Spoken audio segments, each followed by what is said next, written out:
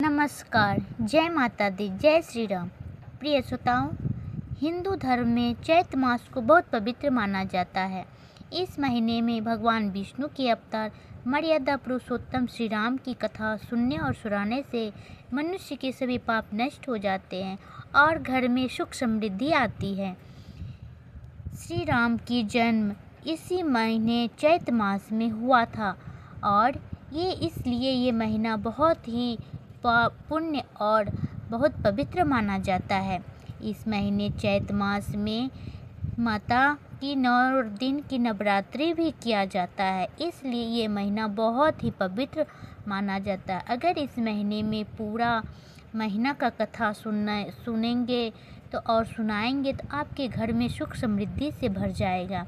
इस महीने में पाप मोचनी एकादशी भी है, जिसको करने से मनुष्य के हर पाप खत्म हो जाता है और पुण्य की प्राप्ति होती है। इस महीने बहुत ही खास है। तो चलिए इस महीने चैत्र मास की शुक्ल पक्ष की षष्ठी तिथि की आपको कहानी सुनाते हैं और श्री राम की कथा सुनाते हैं, जिसको सुनने से आपका जीवन सुखमय हो जाएगा और सभी पापों से नष्ट हो जाता है और घर में सुख समृद्धि आती है। तो चलिए आपको एक पवित्र कथा सुन। चैत्र मास में षष्ठी तिथि की भी बहुत मान्य है। कहा जाता है चाहे षष्ठी देवी की कथा सुनने से सभी भक्तों की मनोकामना पूर्ण होती है। तो कथा सुनते हैं। बहुत समय पहले एक सुंदर नगर में एक धर्मपरायण राजा रहता था। उनका नाम था प्रियाव्रत। उसकी पत्नी का नाम था मालिनी। राजा और रानी दोनों बहुत धार्मिक थे। वे भगवान की पूजा करते थे, दान करते थे और प्रजा का पालन भी धर्म के अनुसार करते थे। लेकिन उनके जीवन में एक बहुत बड़ा दुख था। उनकी कोई संतान नहीं थी। संतान न होने के कारण राजा और रानी बहुत दुखी रहते थे। एक दिन राजा ने महान ऋषि नारद को अपने महल में आमंत्रित किया। राजा ने हाथ जोड़ के कहा, हे देव ऋषि, मेरे पास सब कुछ है लेकिन संतान नहीं है। कृपया करके कोई ऐसा उपाय बताइए जिससे मुझे पुत्र की प्राप्ति हो सके। तब नारद जी बोले, राजन, संतान प्राप्ति के लिए आपको देवी की आराधना करनी चाहिए। विशेष रूप से माता षष्ठी की पूजा करनी चाहिए। माता षष्ठी बच्चों की रक्षा देवी मानी जाती है। नारद जी ने कहने पर राजा ने महान ऋषि को बुलाया, यज्ञ कराया।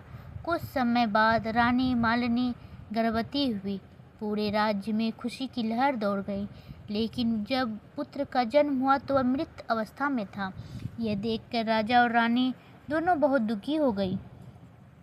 उसी समय आकाश से एक दिव्य प्रकाश प्रकट हुआ और वहाँ माता षष्ठी प्रकट हुई। माता ने कहा, राजन, मैं षष्ठी देवी हूँ। मैं बच्चों की रक्षा करती हूँ। यदि तुम श्रद्धा से मेरा व्रत और पूजा करोगे तो तुम्हें संतान सुख अवश्य मिलेगा।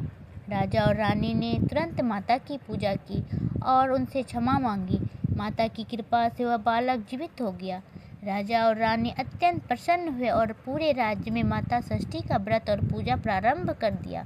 माता षष्ठी ने कहा, जो भी स्त्री चैत्र मास की षष्ठी तिथि को मेरा व्रत रखेगी और मेरी कथा सुनेगी, उसके बच्चों की रक्षा मैं स्वयं करूंगी। तब से यह व्रत विशेष रूप से स्त्रियों द्वारा किया जाता है। इस व्रत में माता अपने बच्चों की रक्षा करती है और बच्चों पर कभी कोई संकट नहीं आने देती है। चैत्र मास की षष्ठी तिथि को ये व्रत करने से उसके संतान पे आने वाली विपदा को भी हर लेती है और उनकी रक्षा करती है। इसलिए चैत्र मास बहुत ही फलदायक और पवित्र महीना माना जाता है। इसलिए चैत्र मास में हर दिन पढ़ने वाली हर एक कथा को अवश्य सुननी चाहिए, जिससे आपकी हर संकट और हर कष्ट दूर हो और बच्चों की सुख समृद्धि में वृद्धि हो। तो आइए चैत्र मास की षष्ठी तिथि की विधि पूजा जानते हैं। सुबह स्नान करके व्रत का संकल्प ले, फिर माता षष्ठी की पूजा करें और उन्हें फल, फूल, धूप, दीप, नैवेद्य अर्पित करें। इसके बाद माता षष्ठी की कथा सुनें। तो भक्तों, ये थी चैत्र मास की षष्ठी तिथि की पवित्र कथा। जो भी श्रद्धा से ये इस कथा को सुनता है उसके घर में सुख समृद्धि और संतान की रक्षा होती है। अगर आपको ये कथा अच्छी लगी हो तो कमेंट में जय माता षष्ठी, जय श्री राम जरूर लिखें और हमारे चैनल को सब्सक्राइब कर ले, बेल आइकन को ज़रूर दबा दें ताकि मेरा जो भी भक्ति और पावनमय वीडियो आए सबसे पहले आप तक ज़रूर पहुँचे। और आप अपने दोस्तों और रिश्तेदारों को वीडियो ज़रूर शेयर करें ताकि उसे भी ये वीडियो की जानकारी मिल सके। जय श्री राम। भक्तों,